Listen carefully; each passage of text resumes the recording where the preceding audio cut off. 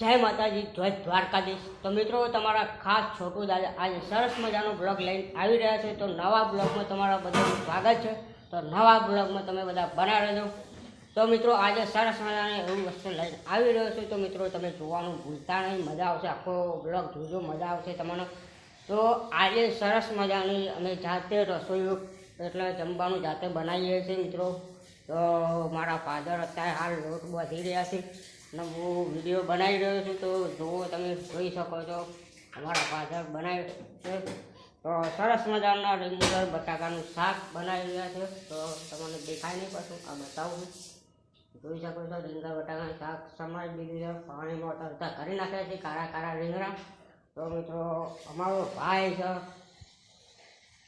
કપડાં ધોવાનું છે, એટલે જુઓ તમે જોઈ શકો છો હું વિડીયો બનાવું છું। એ કપડાં પલાળી રહ્યા છે, ધોવાના છે।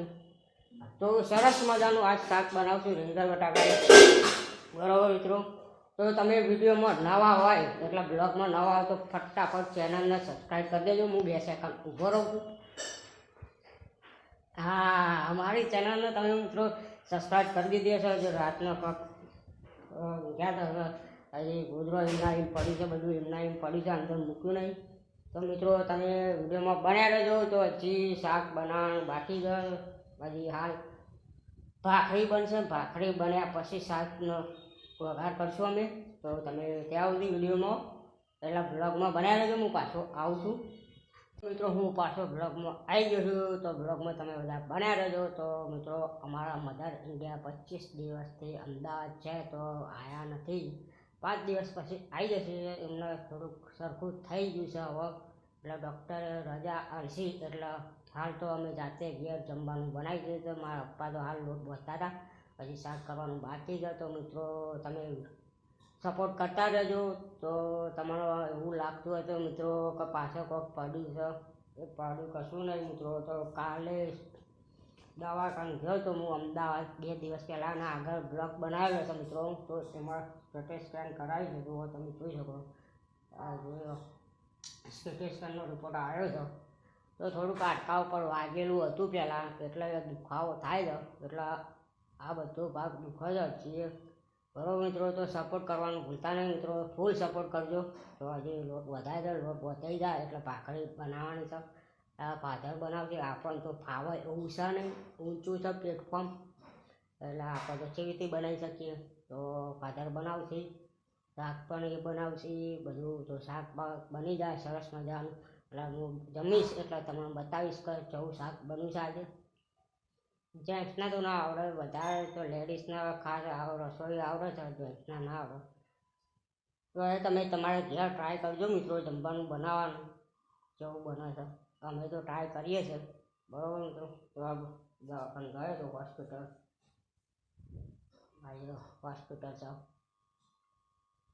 વેદાંત મેડિકલ હોસ્પિટલ ગયો તો અમદાવાદ ઘોડાસર। તો ડૉક્ટરે કીધું છે કે તમને હોજો આવ્યો છે હાડકાના બાજુમાં, એટલે તમને તકલીફ તો રહેવાની, કોઈ દવા બવા આલી છે, કરવાની છે। તો નેક્સ્ટ બ્લોગમાં તમને બતાવ્યું તો તમે વિડીયોમાં બહુ સપોર્ટ કરો નહીં મિત્રો, મને ખબર છે તમે સપોર્ટ કરતા નહીં અમારા જેવા, થોડોક સપોર્ટ કરો મિત્રો।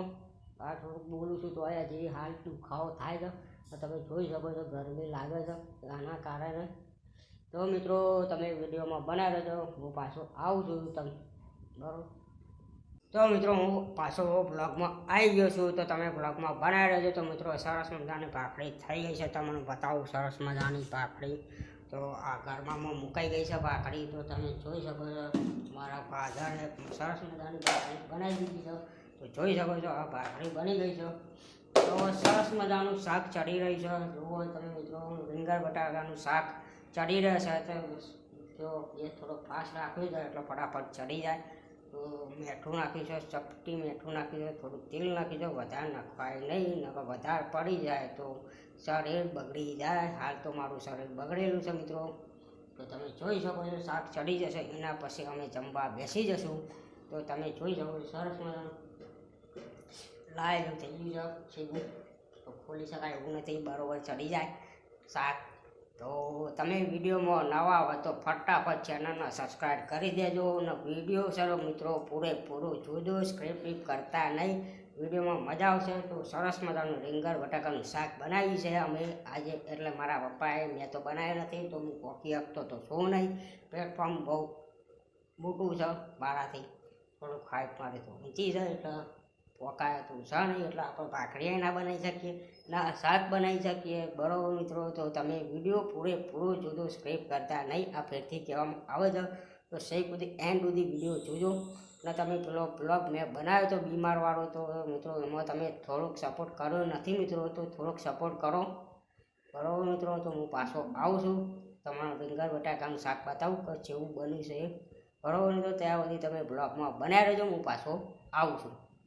તો મિત્રો હું પાછો વિડીયોમાં આવી ગયો છું, તો તમે વિડીયોમાં બનાવી રહેજો. તો સરસ મજાનું રીંગણ બટાકાનું શાક બની ગયું છે, તો તમે જોઈ શકો છો. આ રીંગણ બટાકાનું શાક બનાવી છો તો તમને દેખાય નહીં, તો જુઓ મિત્રો, આ શાક બની ગયું છે કમ્પ્લીટ. તેલ વધારે પડી ગયું છે, તો જોઈ શકો છો મિત્રો, તેલ વધારે છે આજે. તો હજી જમ્યા પહેલાં તો મારે પહેલાં દવા કરવાની છે, તો હું પહેલાં શાક ઢોકી દઉં, એના પછી દવા કરવાની છે. તો તમે મિત્રો આશા વિચારશો કે ખોટું બોલતા છે છોટું દાદા. તો એ મિત્રો આ મારી દવા છે, આ બાટલી છે ઉધરસની. આ જે છાતીમાં દુખાવો થતો હતો એના માટે દવા છે, જોઈ શકો છો મિત્રો. આ દવા છે, જે દવા કરવાની બાકી છે, એક જમ્યા પહેલાંની છે ને એક જમ્યા પછી છે. આ જે બાટલી છે 3 ટાઈમ દવા પીવાની છે, સવાર બપોર અને રાત્રે 3 ટાઈમ. સવારે અને રાત્રે 2 ટાઈમ દવા લેવાની છે. તો આ ધૂપ લગાવવાની છે, જે જગ્યાએ દુખાવો થતો હોય, આ ભાગે દુખાવો થાય છે મને, એટલે એ ભાગે દુખાવો થતો હોય તે કંઈ ધૂપ છુપાડવાની છે. તો સવારે ચોપડી દે એટલે જબરજસ્ત દુખાવો ઉપડે તો મને. તો મિત્રો હવે જમવાનું છે, તો જમી લઈએ. પહેલાં દવા કરી છે, પહેલાં જમ્યા પહેલાંની. તો જમ્યા પહેલાંની દવા હું કરી લઉં, પછી જમવા બેસું છું. તો મિત્રો તમે વિડીયોમાં બનાવી રહેજો, હું પાછો આવું છું દવા કરી. તો મિત્રો દવા ઘરે જઈશ કમ્પ્લેટ.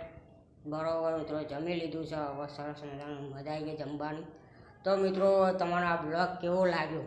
સારો લાગ્યો તો લાઈક કરો, શેર કરો, અમારી ચેનલને સબસ્ક્રાઈબ કરો. જય માતાજી, જય દ્વારકાધીશ. તો મિત્રો મળીએ નેક્સ્ટ બ્લોગમાં, ત્યાં સુધી આ બ્લોગમાં બનાવી રહેજો.